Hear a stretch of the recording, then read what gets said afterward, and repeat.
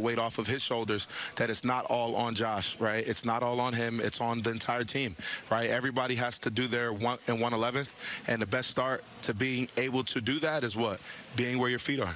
Exactly. That's how you bring it full circle. I know Bills Mafia is cheering for you, and so are we. Go out there and do your thing. Good luck, man.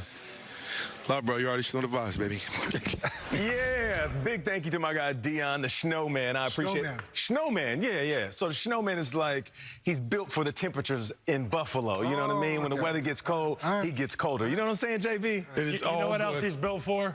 Pounding that rock. He's built for a couple things. Duo, inside zone, pass protection on third down. And he talks about Josh Allen, the confidence he has. Part of that is because he knows the guys that are blocking for him are great, Kurt. No doubt. Sean McVay used to say that competitive greatness is defined as being at your best when your best is required. Today, Dion Dawkins' best is going to be required. The guys he's blocking, the front he's facing, he's going to have to be at his absolute best. You know, those two outside pressures, those two outside rushers, Benito and Cooper, they can put a lot of pressure on a quarterback. But the one thing that can take it away has been the running game. So I think that they need to focus on the inside running game, not the perimeter running game. Gotcha. Inside, because those wide nines are there, puts a lot of pressure on Zach Allen and those inside defensive tackles. You guys are so descriptive now. Kyle, you describe Dion as what? You know, obviously he's a guy that's a freak show. I was a guard. He's a tackle. He can do things that, you know, God didn't intend for me. But the way he's built, he can move people. He can get in space. They do so many things with Dion Dawkins, and I just can't wait to see what they're going to do with him today. Kyle Long. All right, folks. Hey, switching gears to the NFC. Tomorrow night, divisional round weekend concludes. That's when the Rams visit the Bears. But first, we've got some exciting action tonight with the heavyweight brawl between two longtime rivals. That's when the 49ers and the Seahawks go to battle. The Niners in Seattle, this is going to be a bloodbath. This team fights, man. We don't blink. Like our odds against anybody. Let's in these playoffs. Touchdown, 49ers! Touchdown, Seahawks! The 49ers refuse to go down. Your NFC West champion! Do you believe in this team? 49ers at Seahawks.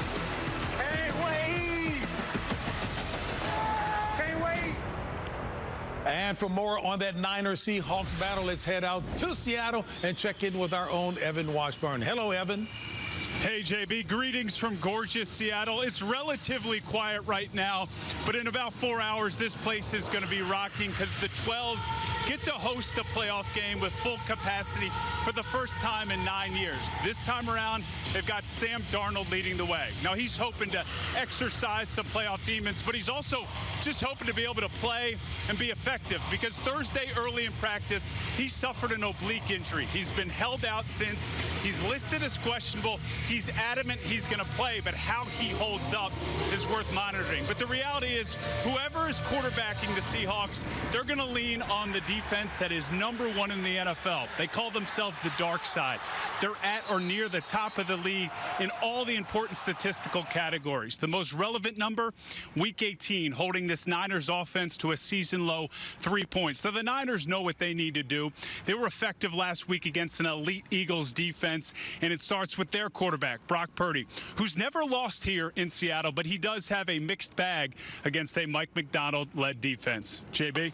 All right, Evan, thank you so much. You know what? It should be a great game in Seattle, but now turning our attention to a very intriguing matchup in the Windy City. That's when Kyle's Bears host the Rams. Yeah, it's going to be electric. I'll actually be there for the first time since retiring as a Bear. I'll get to go to a game. It is going to be about 2 degrees. The place is going to register on the Richter scale. Last week was the loudest it's ever been at Soldier Field. It'll get louder this week for the Chicago Bears. They feel like a team of destiny, right? It just feels like you might shut the game off in the third quarter and say, maybe I'll go to bed early tonight. You turn the news on at 8 a.m. and you're watching Nate Burleson talk about the survival of the Bears. Look, if Caleb Williams can have 4 quarters of clean football, this Bears team can beat anybody. And I think clean football is going to be needed by the L.A. Rams and Matthew Stafford, who has a penchant now for throwing interceptions. And this Chicago Bear defense is very good. But this Puka Nacua and Matthew Stafford is a lethal combination. You look at these two, what they've been able to do throughout the time they've been together, and particularly this even playoff run and stretch run that they've been on right now. And Kyron Williams can run the ball as well. So the Chicago defense, they're going to have to get some takeaways in this game, in my opinion, to come away with this win. I love it when Nate plays Professor at 8 a.m. on the CBS Mornings program as well, too, Kyle. All right, folks. Here, meanwhile, in the AFC, Buffalo or Denver will be awaiting the winner of tomorrow afternoon's matchup. That's between the Texans and the Patriots.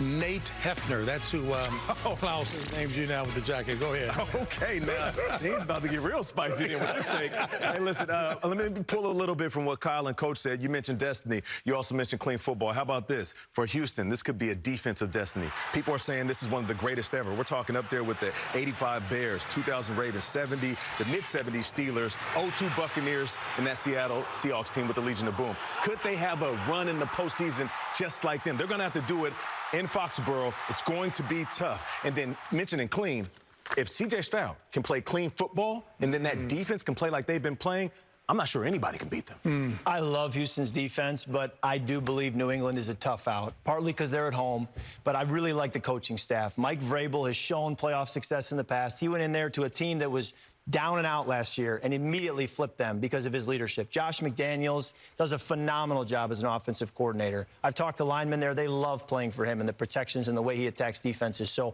I believe they're not going to be flashy, but I believe they're filled with substance, and you're going to see it in the way they play. All righty, folks, we're going to step aside, back with more as we do come back, folks. We've got the big one coming your way, of course. That will be, you know what, I like to have one of those in the stall, Kyle. You think I can have one of those? All right, folks.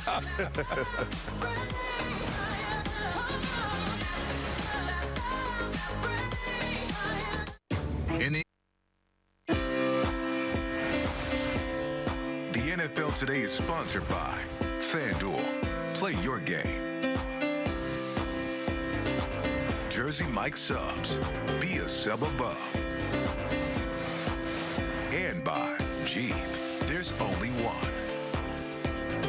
Since the announcement of a new privately funded stadium at Burnham Yard in the fall, the Broncos have been building connections by engaging the community through town halls and other outreach. They've got a great team, all three phases. That wrecking crew of a Denver defense. This Broncos offense, they've got a little bit of magic to them. Very well-coached team, and I have a lot of respect for Coach Payton, and he's done it at a high level. One play at a time, have each other's back. He does so many things well. We realize how big he is and physical he is. He's hard to bring down. He's powerful. It's been a while since I've seen someone gain 7 yards on a sneak. Allen's got it. Not to be denied. He's still going. Look at this. Wow. The simple truth, we're going to need everyone. It's a great team, #1 seed. You know, if we don't make the adjustments this week and the improvements we need to make, it's going to be really hard for us to get a win out there. I mean, they're just that good. So we've got a hill to climb in front of us here. Sean McDermott and Sean Payton, folks, have only faced off twice as head coaches, but they are not strangers. McDermott was the defensive coordinator in Carolina for 5 seasons. That's when Payton was coaching for the Saints. Their records against each other since then, 2011, 6-6. All right, folks, and speaking of coaches, it's been a pretty emotional week in Pittsburgh as Mike Tomlin has stepped down as the head coach of the Steelers. A Super Bowl champion, Tomlin is tied for the most regular season wins in franchise history. And he never had a losing season in his 19 years in Pittsburgh, which, by the way, is the second longest head coaching tenure. That with the team in this millennium, sitting between Bill Belichick and John Harbaugh. So the question is, will we ever see this type of longevity in the NFL, especially given the way the game is dealt with in all phases today, Bill? You know, JB, I think we can, and I think it depends on either the organization, as we saw with John Harbaugh, they decide they wanted to move on. And John Harbaugh today has got a coach, has now officially become the head coach of the New York Giants. Or it's a decision of the coach, as it was with Mike Tomlin. Mike had a conversation with Art Rooney at the end of the season, indicated he wanted to spend more time with his family, and I get that. I stepped away from family. Mike Tomlin has been phenomenal in Pittsburgh for 19 years. His record speaks for itself.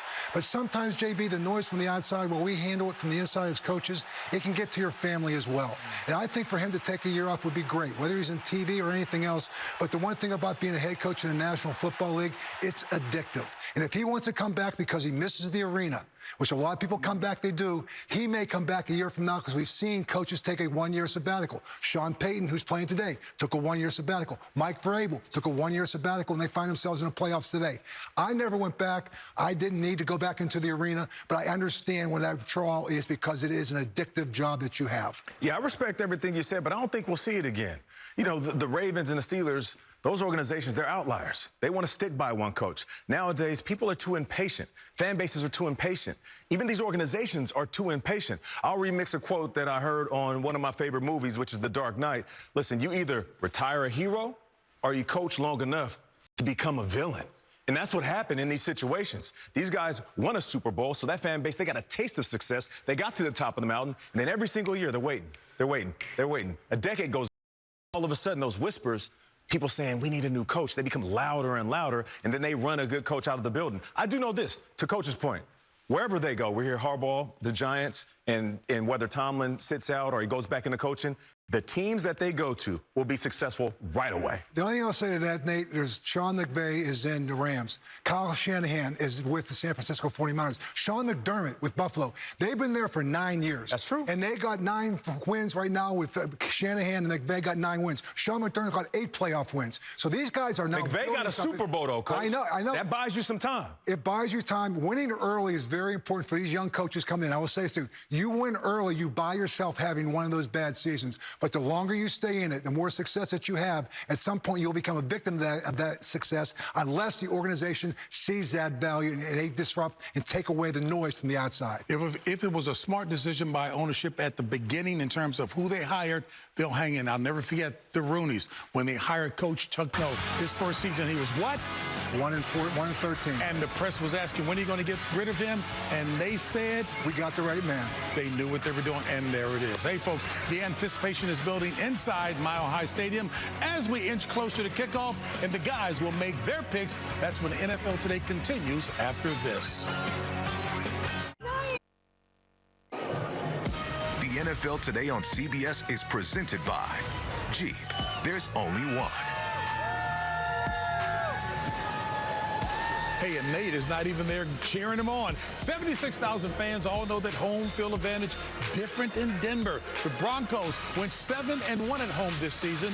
They boast a 6-2 all-time playoff record in this stadium. All right, folks, turn playoff mode on FanDuel, where customers are getting boosts and other rewards to use on same-game parlays and more throughout the playoffs. Fellas, the question is your picks for today's game. I think Denver's going to try to run the football for, as Kirk said, to keep Josh Allen off the field. I look for R.J. Harvey to hit 80 total yards, because sometimes those swing passes are just an extension of the run game. I got something good for you. It's one or the other. So a couple of my favorite targets, Cortland Sutton or Dalton Kincaid for a touchdown. So you can get with this or you can get with that. And if these guys are going to be bearing down on Josh Allen, the ball's got to be out in the hands of someone he trusts. Khalil Shakir, 6 or more receptions in this game. All right, folks, hey, we get them all in? Yeah, we got them all in. Yeah, we got them all in. We are just a few minutes away from kickoff in Denver, so I have to get my guys' predictions in terms of what it will be, Bills or the Broncos. You know what? This is a tough one. You know, my head says it's Denver because they're at home. But you know what? I just watched Josh Allen overcome everything in front of him. I see 24-23 Buffalo. Matt Prater goes back to Denver, where he also played, and kicks a game-winning field goal. Yeah, Denver has been unbelievable all season long. I know they're well-rested and ready to go. Yeah. But I just can't pull myself to bet against the Bills. I'm going with the Buffalo Bills right now. They're going to win this one 27-23. My heart says Buffalo, because of the journey they've been on for many years now with Coach McDermott and the system he's built and Josh Allen, all they've been through. But my head says Denver. I just trust Coach Payton playing in Denver. That defense, that pass rush, I've got the Broncos 24-21. I got 28-24 the Denver Broncos. Both lines of scrimmage are dominant for the Denver Broncos. I knew you'd go there. That stuff matters, Coach. All about the trenches, huh? Well, let's start with Kyle. Final thoughts as we go around the horn. My final thoughts are whichever quarterback has the ball last is going to probably be the guy that wins the football game, and I think Bo Nix is ready for this moment. The lead changes in the fourth quarter last week were the most they've ever had in playoff history, I believe. So I'm expecting this game, as Coach Cowher started this segment saying, it comes down to the fourth quarter, but it will go back and forth. I like the Broncos running out the clock at the end. Yeah, my focus will be on these quarterbacks, how they decide to escape the pocket, and when they decide. We know that Josh Allen takes over games late and uses his legs. Will he do that in the first quarter and second quarter to set the tone? And then Bo Nix, will he be a little gun-shy and not leave the pocket? I love it when he uses his athleticism to put defenses on their heels. So I'm paying attention to how these two quarterbacks use their legs. And I think you look at Josh Allen, you look at that defense and talking about the Denver defense and how you attack it. I think there's a couple ways. The quick game, that takes away the rush. Yep. No huddle defense. I wouldn't be afraid to do that in the inside game, the inside run game with James Cook, because James Cook is one of those guys. Those perimeter guys, Cooper and Benito, they like to get out wide. They like to get wide. I'm standing right in that. Gash them right in guards, between, right in the middle right now. Yeah, but I wouldn't be afraid to go no huddle right now with Josh Allen. I don't think I've asked this question, but I listened to you guys because you pick apart everything. You talked about a player having skinny ankles versus big ankles. What difference does that make? Well, some people are meant to leave the earth, JB, and some people are supposed to stay down on it. If you got ankles, you're an earth guy. If you got skinny ankles, you're in the sky. There you have it. There's a takeaway for the game. Hey, folks, we'll see you back here at halftime. Kyle was a gankle. Kyle was a gankle. I have skinny ankles and so can.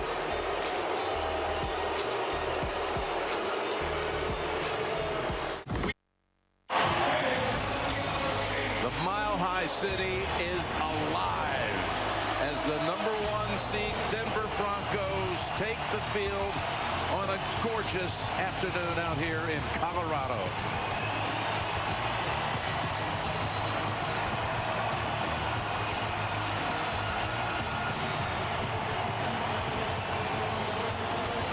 Meanwhile, Josh Allen and the Buffalo Bills try to continue their journey to the dream game after winning a week ago on the road at Jacksonville.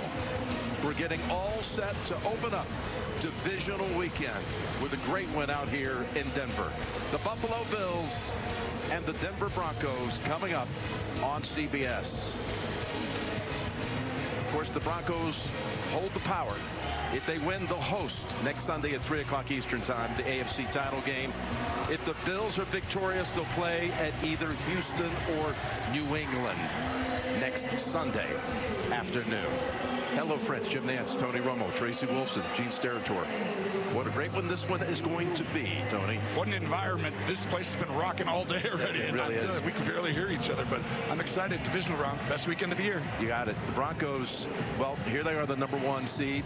They got the week off. The Buffalo Bills had to go down to Jacksonville. They met last year in the wild card round, and the Bills ran the football on them and beat them 31-7. Yeah, they used their size advantage. So they ran it right at them, and then Cooks went off in that game, and all of a sudden you were like, whoa, what happened there? It got away from them. So I think they made a concerted effort this offseason to change the roster, bring in some thumpers on defense. I think they have a great chance today. A deeper dive into the running game today, which you say is essential. You got Buffalo, the leading rushing team. Cook is the rushing king.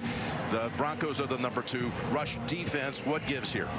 This has to be a Cook game. I know everyone knows about Josh Allen, but if you're going to win, you're not going to be throwing the ball 40 times against this secondary in Surtain. I mean, to me, this is a James Cook game. Go through him.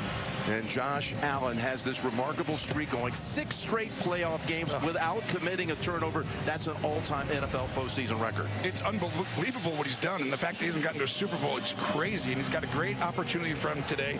Tall test today, but I think he narrows his focus in the playoffs and plays so perfect. He's got to do it again. Talk to me about Bo Nix, the second-year quarterback who knows how to win. They've had all these comeback wins, all these one-score victories.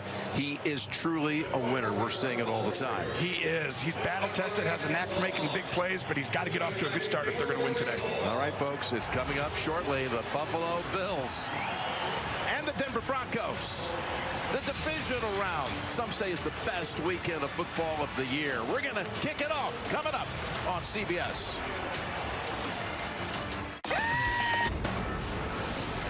CBS Sports welcomes you to the following presentation of the National Football League.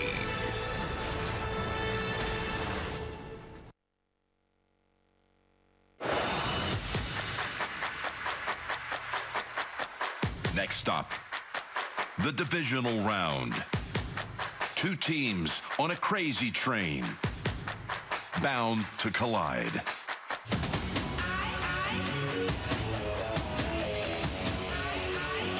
It's all home. It's all house. Fight. Every play, whistle to whistle. One play at a time. Have each other's back. Our job is to win, to win, and to win, and to win. The Buffalo Bills twisting through the bend. Look at this. Wow. The Denver Broncos took the Express to the top of the AFC.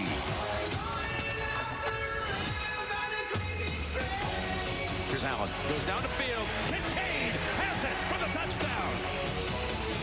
Broken up and intercepted. Game, set, match. Buffalo's gonna win. This football team is as tough as I've ever seen it, and it's not stopping. Carlin goes up, makes the catch. Touchdown, Denver. To the goal line. Bo Nix into the end zone. Gonna be hit and sacked. They are the #1 seed in the AFC. Only one journey continues. How bad would be? We want more.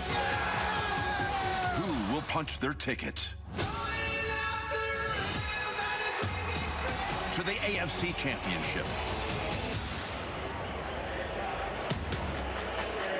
The first of 4 divisional games over the weekend in the National Football League as we welcome you to the divisional playoffs presented by Intuit TurboTax.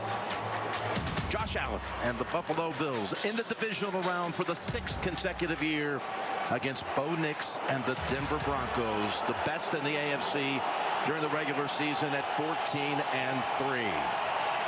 A moment ago, Tracy spoke with Sean Payton. Sean, a rematch of last year's wild card game. Why is Bo Nix, why is this team better prepared this time around? Well, there's a number of reasons. The addition of a lot of new talent, the experience of those additions, and, you know, your team grows as the season goes, and they're battle tested. If you win this game, you guys did what? We won and we get to play next week. What's it going to take? Well, look, these playoffs, obviously, ball security's at a premium, field position.